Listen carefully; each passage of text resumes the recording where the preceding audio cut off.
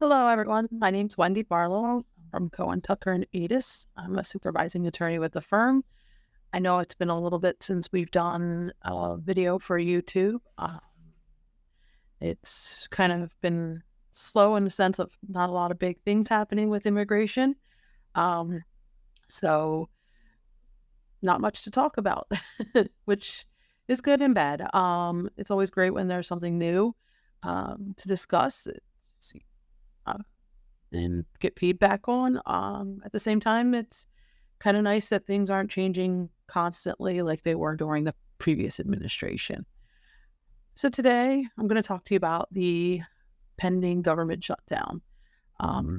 It is looking like it's very likely that the U.S. government will shut down effective October 1st because there has been no movement on the bills that would fund the government for the next fiscal year.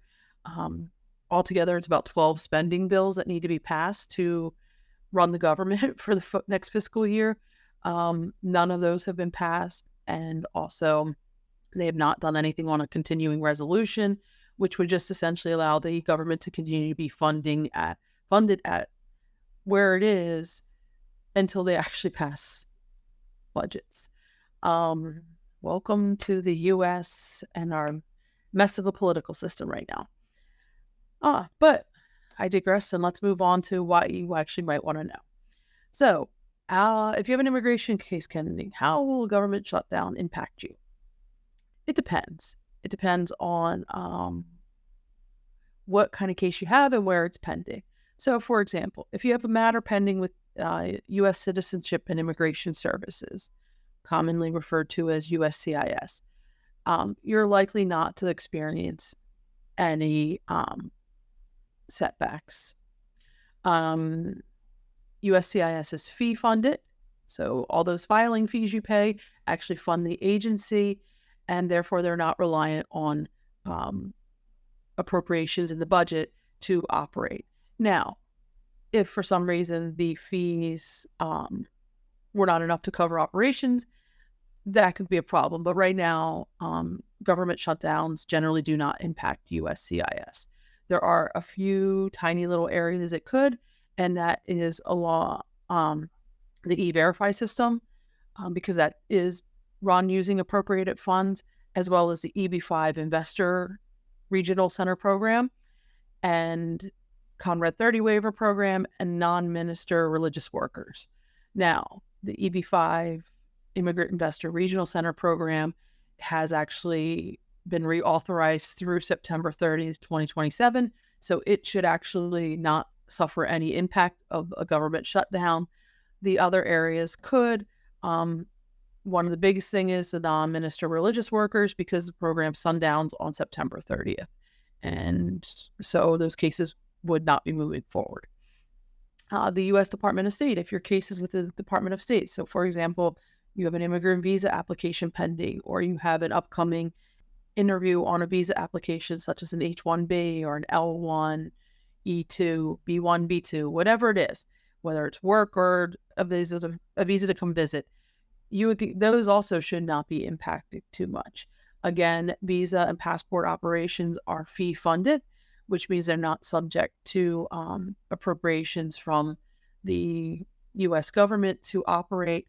Now, that being said, if there are consulates that do not receive sufficient funding through fees, those could be impacted if there's not enough money essentially to operate. This may cause reduced staffing. And in general, reduced staffing at the consulate could also impact operations, because even though the person's not related to a visa officer, they have to have things like security guards and administrative staff. And if those individuals are furloughed, it could cause some delays.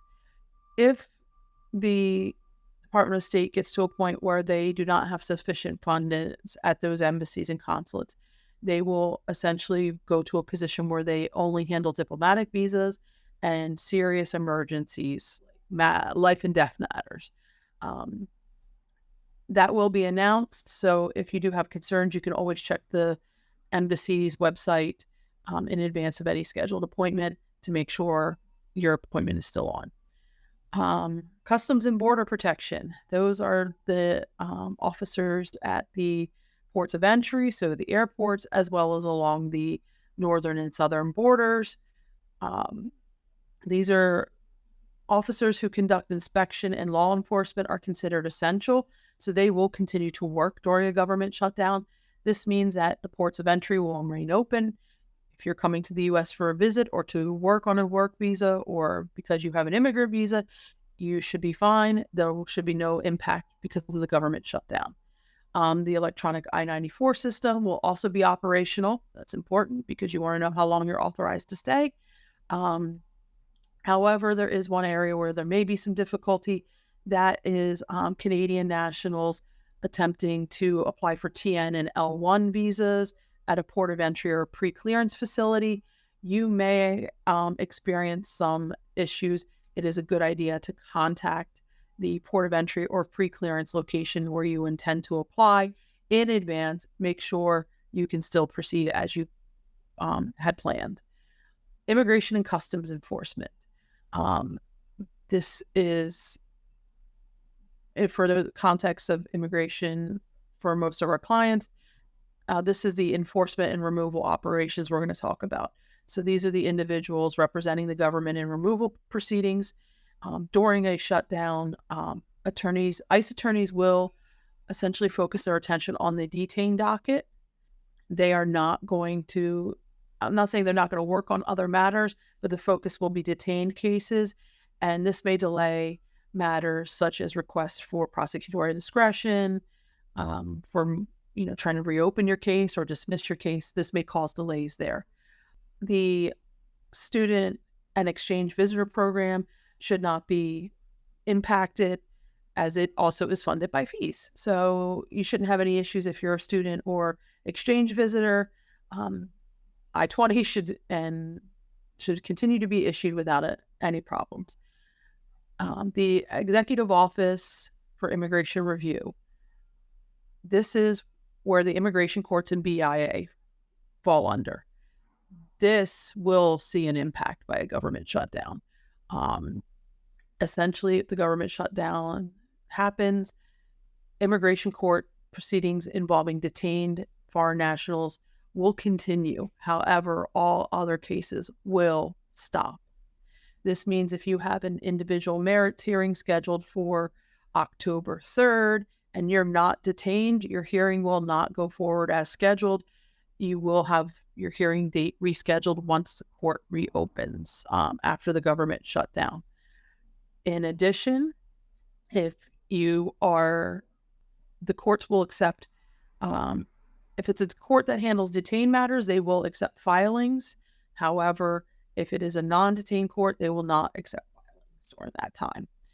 The Board of Immigration Appeals will limit operations to emergency requests for stays of removal, as well as matters related to detained individuals. That includes appeals, motions, and federal court remands. The BIA will not process appeals, motions, or remands for individuals who are not detained. Essentially, when it comes to a government shutdown, the only individuals whose cases will move forward are non-detained or detained individuals. I'm sorry. If you are not in immigration custody, your matter will just not be proceeding. Again, once the government shutdown ends and the court reopens, they will reschedule all these hearings that were postponed, whether it's a master or an individual hearing or pre-hearing conference. The next area is the Department of Labor.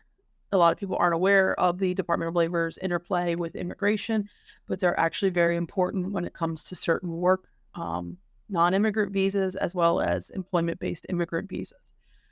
The Department of Labor provides prevailing wage determinations.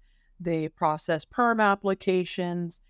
And essentially, if the government shuts down, will come to a screeching halt. There will be no processing of any of these requests. Department of Labor is not fee funded. There's no fees for these filings. So therefore, they will stop operations on the shutdown. The web-based system they use for filing these documents will also be inoperable. This means that even if you already have let's say, a prevailing wage determination that is made that you didn't download, you're not going to be able to access it. If you have a labor certification that was certified, you're not going to be able to access it. So if you have any of these things, please log on before October 1st and download them so you have them. Otherwise, these cases will just stop until the government shutdown ends. The other issue that you will face is this is just going to backlog the Department of Labor further. Department of Labor has been severely backlogged on processing different types of requests. This is just going to make things worse. Citizenship and Immigration Services Ombudsman's Office. If you don't know what the Ombudsman's Office is, I kind of describe it as the customer service manager for USCIS. They do not actually handle immigration cases, but they deal with complaints about service. It can be everything from rude employees to delays in processing to inappropriate decisions. This office does not receive fees if you're filing a case assistance request with them. There's no fee to do that, and therefore they will shut down as well. So they will not be processing any case assistance request. And if you already filed one, it will essentially stop where it's at, and it would only continue once the government shutdown is open. Couple last little things. Congressional constituent services. So U.S. House of Representative members and senators have congressional services that they offer to their constituents. They also offer assistance with immigration matters, mainly inquiries into delayed processing or requests for expediting. These offices may have to suspend services during a government shutdown.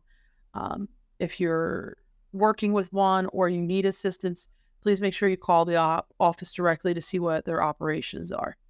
And the last thing that may be problematic is driver's license applications.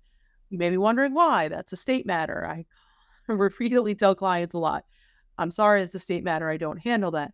Well, here's the problem. The Department of Motor Vehicles in the different states often have to use an electronic immigration status verification system called SAVE. This is used to verify status in order to issue certain types of driver's licenses, either new ones or renewals. And if SAVE is not operational, that could delay the issuance of new or renewed driver's licenses. So again, we're not sure if that's going to happen, but it is a potential. Hopefully, we still have a few days. We won't get to this government shutdown, but it's unfortunately looking like we will.